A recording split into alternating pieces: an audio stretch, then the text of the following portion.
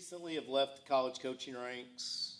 You've launched your own business. I want to talk a little bit about, what you're doing now. Right now, so I've been close to my first year out of college coaching, and since then I started my company, Authentic Sports Media Group, LLC. So we're based out of Dallas, and pretty much all we're doing is helping athletes, businesses, sport business, fitness companies with any type of sports media or content that they may need, the athletes may need, and also on the player relations side as far as player development. And we do tap into branding and marketing as well to help with the NIL side of things, but we're really more attached to the sports media and the player development. Where do you see college recruiting going with NIL and those types of things? Man, You've been in the middle of it. Yeah. It started, during your career. I know you're certified and all of that fun stuff.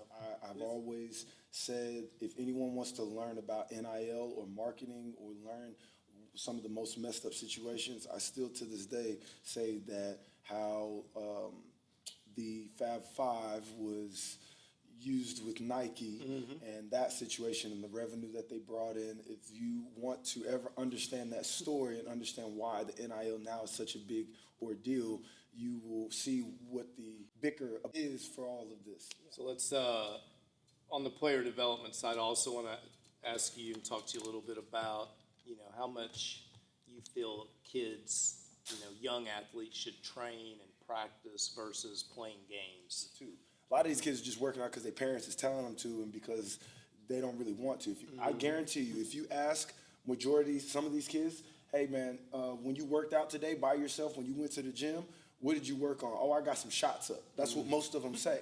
What is getting shots up? Yeah, exactly. You know what I mean? Sitting around, no, you got to learn how to, if your coach isn't teaching you how to do drills and make you want to do things just as much as when you're not with them, they're not doing, in my opinion, no, it's not even really doing their job. These kids are fucking skilled. Yeah, no. These kids are fucking skilled. Some of these kids and how they're naturally just playing now and how they're absorbing just from things that they watch. Because I personally think I can get as much out of a game. I can coach as much and teach as much during a game. And, you mentioned the word system earlier about coaching, but something I've learned is that, everything's are systems. And if you have systems, you can win. So I think you've been around winning systems pretty much all your life. Do you find that too, that as you get into the videography and the different things you're doing, producing, is it just a system, and once you've got a system, then you can scale it?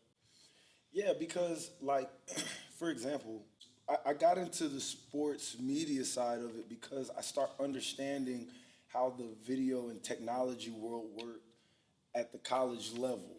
So, for example, at the time when I was using sports code and synergy and whatnot, and having to break down film and present it to the teams and present it to the coaches for staff meetings and whatnot, and for scout meetings and whatnot, that flow helps you build your system within what you want to do whenever you decide what your niche is. You start building a niche for it, just like anything else that you just get good reps at.